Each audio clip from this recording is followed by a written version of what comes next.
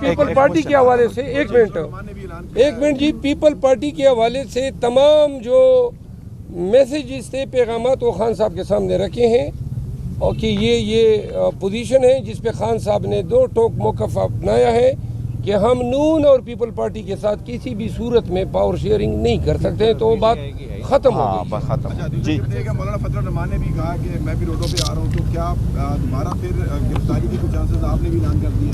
دیکھیں، گرفتاریاں نہیں ہونی چاہیے کسی صورت، یہ پیسفل ہوں گے اور یہ عوام کا آئینی اور قانونی حق ہے۔ اب جب کہ پیپل ہیو اسپوکن، مینڈیٹ آ چکا ہے، اس کا قدر کرنے چاہیے، اس کی عزت کرنا چاہیے، اسی کے احترام کے مطابق ہونا چاہیے، اور الیکشن کمیشن وہی رزلٹ اناؤنس کرے گا جس کا ووٹ پڑا ہے۔ پروٹیسٹ کے حوالے سے ایک منٹ میں ذرا تھوڑی سی وضاحت کر دوں۔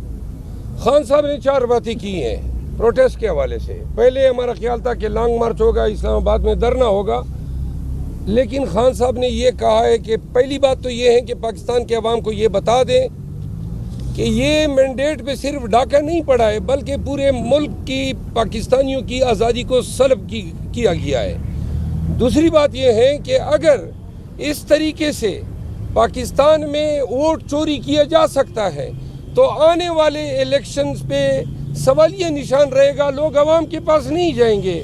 فارم 45 اور فارم 47 کے چکر میں اس دفعہ 7ویں نمبر پہ آئے ہوئے لوگوں کو جتوایا گیا ہے۔ خان صاحب نے یہ کہا کہ یہ جو ووٹ ہیں اس کے لیے کوئی اسٹریچر پہ آیا، کوئی ہزاروں میل فاصلہ طے کر کے پاکستان آیا، کوئی آپریشن تھیٹر سے آیا، کوئی ڈائلیسس کا مریض جو ہے وہ اب الیکشن بوتھ میں آیا ہے، تو لہٰذا یہ چوری جو کی گئی ہے یہ اس لیے کی گئی ہے تاکہ ایک کرمنل منی لانڈرنگ سنڈیکیٹ، یہ ایگزیکٹلی یہ الفاظ تھے، اس کو پاکستان پہ امپوز کرنے کے لیے، جو پہلے بھی، اور انہوں نے خان صاحب نے کہا کہ اوورسیز پاکستانیز کی ریمیٹنسز واحد ذریعہ ہے پاکستان کی فائنینشل سٹیبلٹی کا، اور اوورسیز پاکستانیز قطعاً ڈالر نہیں بھیجیں گے جب وہ یہ دیکھیں گے کہ جو حکمران ہیں وہ ڈالر چوری کر کے باہر بیچتے ہیں۔ تیسری بات خان صاحب نے یہ کہی کہ اگر پولیٹیکل سٹیبلٹی نہیں ہے تو آپ کی فائنینشل سٹیبلٹی بھی نہیں ہے۔ 28 بلین ڈالر 3 ماہ کے اندر پاکستان نے لون کی مد میں لوٹانے ہیں، 1 بلین ڈالر تک ہمارے پاس ریزرو نہیں ہے، کوئی روڈ میپ نہیں ہے۔ انہوں نے پھر وہی گیسوں کی مد میں، پیٹرول کی مد میں، بجلی کی مد میں پاکستانیوں پہ بم گرانے ہیں۔ تو لہٰذا قوم کا یہ فرض بنتا ہے، جب وہ احتجاج کی کال دے رہے تھے تو انہوں نے کہا کہ ہم آپ کے دیے گئے مینڈیٹ کے امین ضرور ہیں، لیکن آج پاکستان نے ایک دفعہ اٹھنا ہے، رول آف لا کی۔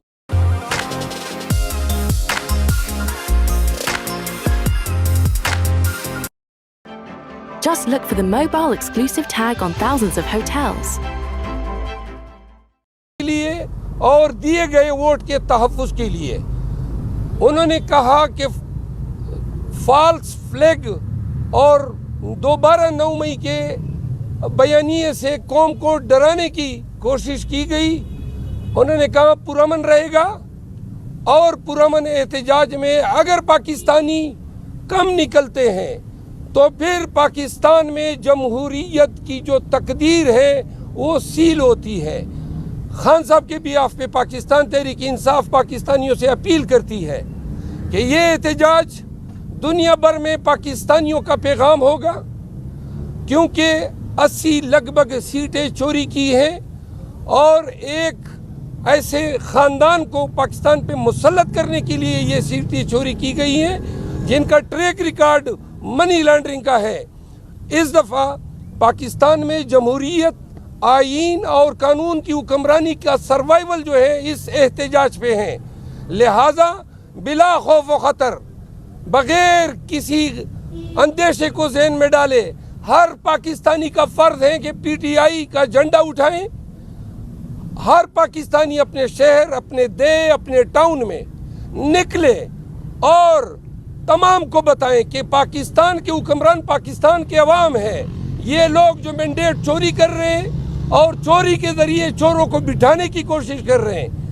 یہ سب اگر آج کامیاب ہوتے ہیں اور پاکستانی کسی بھی ڈر کی وجہ سے یا خوف کی وجہ سے احتجاج ایسے مستحکم انداز میں ریکارڈ نہیں کراتے ہیں تو پھر پاکستان میں جمہوریت کے لیے بھی اندھیرا ہے. بنیادی حقوق کی پامالی جو ہے پاکستانیوں کا مقدر بنے گی. لہٰذا میں آن بیہاف آف چیئرمین اور پی ٹی آئی پاکستانیوں سے دستبستہ التماس کرتا ہوں کہ سیچرڈے کو دن 12 بجے پورے پاکستان نے نکلنا ہے.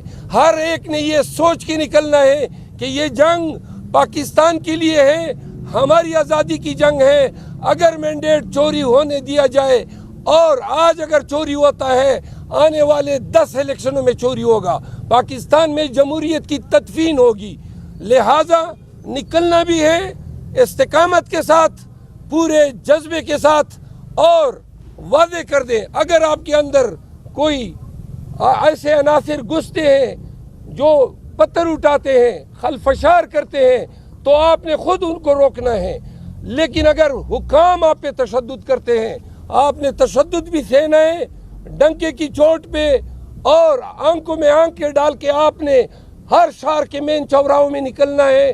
آپ نے نعرے لگانے ہیں کہ یہ ہم سے جمہوریت چوری کر رہے ہیں, ہم سے ہماری آزادی چوری کر رہے ہیں. پاکستانیوں, ہفتے کو 12 بجے دن آپ نے خان کے لیے, پاکستان کے لیے, جمہور کے لیے, دستور کے لیے ایسے نکلنا ہے کہ ان کی آنکھیں اسی طرح کلی کی کلی رہ جائے جس طرح 8 فروری کو عوام نے اپنے ووٹ کی طاقت سے ان کے تمام سیاہت کنڈوں کو سیل کر دیا. فرمائیے گا کہ ایک تو آپ اپنی پارلیمانی پارٹی کا اجلاس بلانے میں تاخیر کیوں کر رہے ہیں, اور اس تاخیر کی وجہ سے آپ اپنے نمبر نہیں شو کر پا رہے, اور بار بار یہ آپ کی طرف سے وویلا کیا جا رہا ہے کہ زیادہ آزاد امیدوار آپ کے ساتھ ہیں یا سارے آپ کے ساتھ ہیں. سیکنڈلی, آپ نے وزیر اعظم, وزیر اعلیٰ کے پی کے اور وزیر اعلیٰ پنجاب کے لیے جن کینڈیڈیٹس کو نامینیٹ کیا وہ سارے کے سارے 9 مئی میں اس وقت اشتہاری ہیں. تھرڈلی, آپ کی جانب سے یہ کہا گیا کہ جو حکومت آ رہی ہے ان کے پاس کوئی روڈ میپ نہیں ہے کہ وہ 28 ارب ڈالر جو ہیں وہ 3 ماہ میں دیں گے, بجائے سوائے اس کے کہ ان کے پاس پیٹرولیم اور بجلی کی پرائسز بڑھانے کا آپشن ہے. اگر آپ کو حکومت مل جاتی ہے تو آپ کے پاس کیا آپشن ہے, کیا روڈ میپ ہے کہ آپ پیٹرولیم اور بجلی کی قیمت بڑھائے بغیر یہ 28 ارب ڈالر 3 ماہ میں واپس کریں گے؟ دیکھیں, آپ کا کمپوزٹ سوال ہے پر میں اس کے جواب دیتا ہوں. جہاں تک اس بات کا تعلق ہے کہ ہم نے تاخیر کی, ہم تاخیر نہیں کرے. کسی بھی پارٹی نے بھی ابھی پارلیمنٹری پارٹی کا بلایا نہیں ہے. پارلیمنٹری پارٹی کا اجلاس روٹین میں بلایا جاتا ہے جب کہ ان کا نوٹیفیکیشن ہو جاتا ہے, کیونکہ زیادہ تر ہمارے جو کینڈیڈیٹ ہے اور ایون جو جیتے ہوئے بھی ہیں ان کے ساتھ ایم پی ایز بھی ساتھ موجود ہیں, تو وہ یہ کیسز میں بزی ہے. اس کی وجہ سے ہم نے تھوڑا سا اس کو ڈیلے کر دیا ہے. تو یہ والا مسئلہ ہے کہ اس کو انشاءاللہ تعالی جلد سے جلد ہم واپس بلائیں گے. اور اگر آپ اکانومی کو بہتر کرنے کے لیے کہہ رہے ہیں تو آپ اکانومی کے لیے ہم نے اپنا منشور کا اعلان کیا تھا اور منشور کو ہم نے ڈسپلے کر لیا. آپ اگر اس منشور کو دیکھیں گے تو انشاءاللہ تعالی وہ آپ دیکھ لینا کہ ہمارے پاس اس کا پراپر ایک حل موجود ہے, کافی تفصیل کے ساتھ میں نے بولا. جہاں تک آپ جو کہہ رہے ہیں کہ 9 مئی کا, دیکھو آپ یہ بتائیں کہ یہ لوگ وہی جو ہم نے نامینیٹ کیے, انہوں نے الیکشن لڑا تو یہ کوالیفائڈ تھے. ان میں میجارٹی کے نامینیشن فارم ریجیکٹ ہوئے, عدالتوں نے ریسٹور کر دی. آپ مجھے صرف ایک نام بتائیں کہ وہ اگر ہمارا پارلیمنٹ میں بھی تھا, اگر وہ پروونشل اسمبلی میں بھی تھا, وہ اگر لوکل گورنمنٹ میں بھی تھا, کیا اس پہ 9 مئی کا سمہاؤ کوئی نہ کوئی ایف آئی آر نہیں ہے؟ اگر اس کے لیے ہم دیکھیں گے تو پورے پاکستان میں تو ہمیں ایک کینڈیڈیٹ بھی ایسا نہیں ملے گا. ہم تو اس بات کا پہلے اظہار کر چکے ہیں, یہ نہیں ہے. لیکن وہ جو لوگوں کو ہم نے مینڈیٹ ان کے پاس ہے, یہ پارٹی کو لیڈ کریں گے, انشاءاللہ فیوچر کی طرف بڑھیں گے اور بہترین کینڈیڈیٹ ہے اور انشاءاللہ تعالی کامیاب کریں گے. ایک اعلان اور کرتے ہیں, ایک انفارمیشن, آپ ایک منٹ, ایک انفارمیشن اور دے رہے ہیں.